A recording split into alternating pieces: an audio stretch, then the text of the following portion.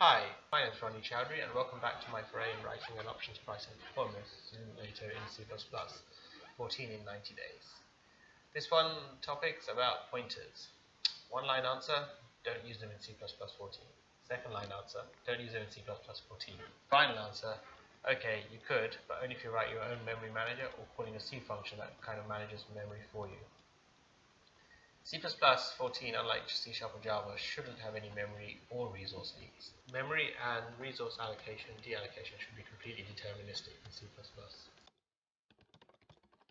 We created a function called bar which takes a unique pointer to a time series data by value. When we try and call it, it doesn't work. The reason is at compile time, TS data is moved into bar. If it's been moved, then the original pointer is no longer valid. That you can't do, and just like Rust, it catches it at compile time. How do you get around it? Using a const reference to that, which is basically similar to a Rust borrow, where you're doing something with it and then going to return it. You generally should be using make unique or make shared. That's a little bit more efficient, especially with the move constructors and locality of reference in the case of a shared pointer. Whereas unique pointers are passed by constref, shared pointers should be passed by value. Now I'm going to quickly show you a breadth-first search of a tree of values. Very simple. Normally a breadth-first search involves a queue where you push things on top of the queue and then pop them off and so on. The unique pointer, you kind of want the node to contain the pointers and you don't want to start passing those around. What you can use is a reference wrapper in SDL. In this example, I do a full breadth-first search in the reference wrapper, and you can see that it compiles with no errors, and it does not take ownership of the unique pointer.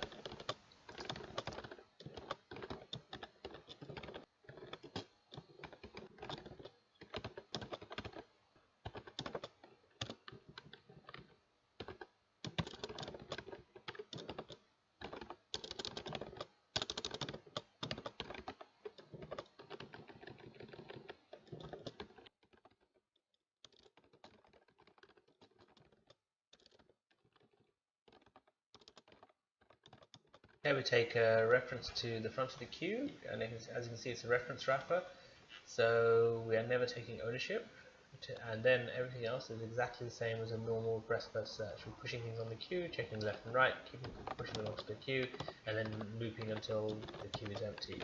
And that allows us to do a simple BFS search.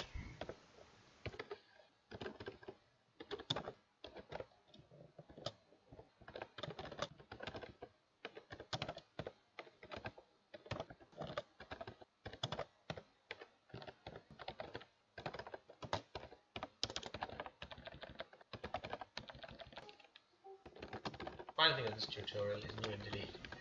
Don't do this in C++ 14, which is manually do anew.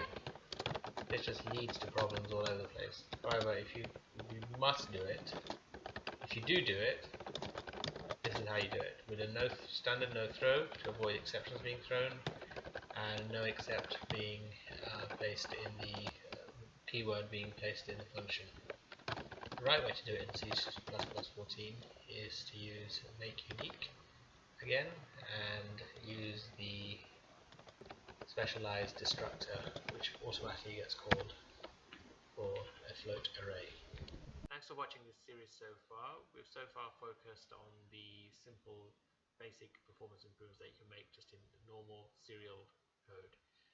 Next we'll come to how to think concurrently in C++ 14, so bear with me for the next few episodes in the series. Thanks very much for watching, and please subscribe below.